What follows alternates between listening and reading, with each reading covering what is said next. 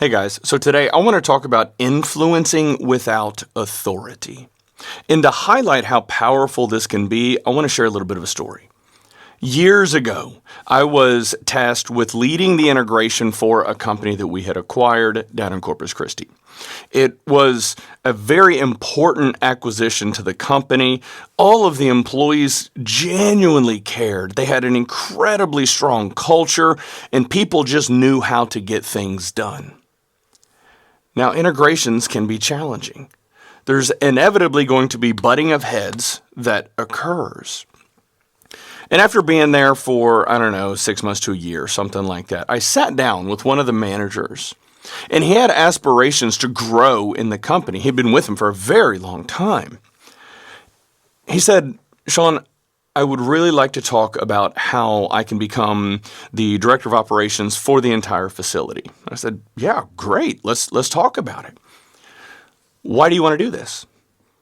And he said, "Well, I know all the ins and outs of the business. I know the people. I know the systems and the processes, but we can't quite get things where they need to be. People just don't listen." And I said, "Okay. And you think that becoming the director of operations will get people to listen?" He's like, "Well, yeah, absolutely. I can tell them what to do, and then we can actually get some things done." And I paused and said, "How long have I been down here?" He said, "I don't know, 8 or 9 months, something like that." I said, "Okay. Do you think me being here has helped move things along?" And he said, "Oh, yeah, absolutely." I said, "Okay, good. Now, does anybody here report to me?" And he paused. I said, "Well, no."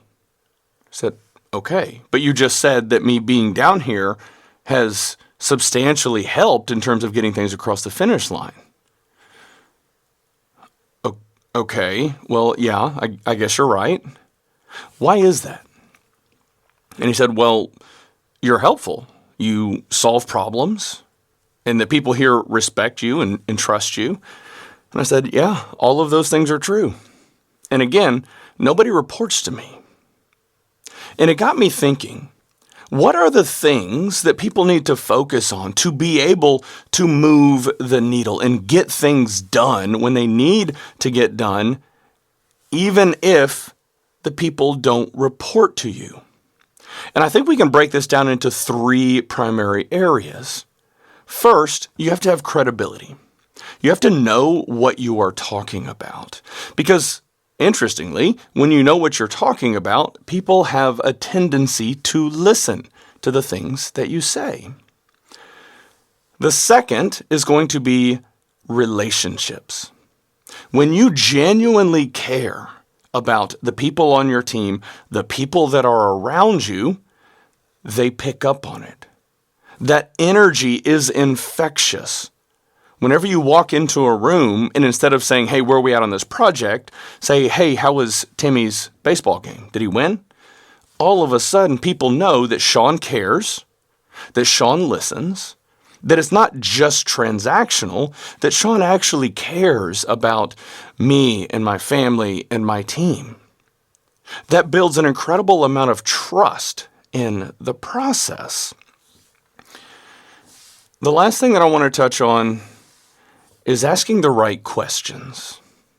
If you come into a meeting, if you come into a conversation and just start barking orders, you might be able to get them there. People might listen, they're going to do what they're told, and then they're just going to keep moving on. But if you encourage them to think for themselves, if you ask the right questions, you know the answer, but you need them to have buy-in. Because if they can come up with the solution, because they probably already know it in the back of their mind, they are going to buy in and they're going to want to push and drive that project across the finish line because there's a sense of ownership. So coming into the conversation, having credibility, you have to have experience in this domain. You have to know what you're talking about. Spending a little bit of extra time getting to know the people, caring about who they are and what they're doing, leaning into empathy. If they're struggling, don't bark orders. Try to support them. Try to lift them up. And then ask the right questions to take them on a journey and guide them so that they can get there on their own. When you do all of these things, it makes it so much easier for you to have that trust and be able to move the project or initiative forward. People are going to get in line. They're going to want to follow you. Not because you're barking orders, not because you're the boss, but because they appreciate, respect, and admire you.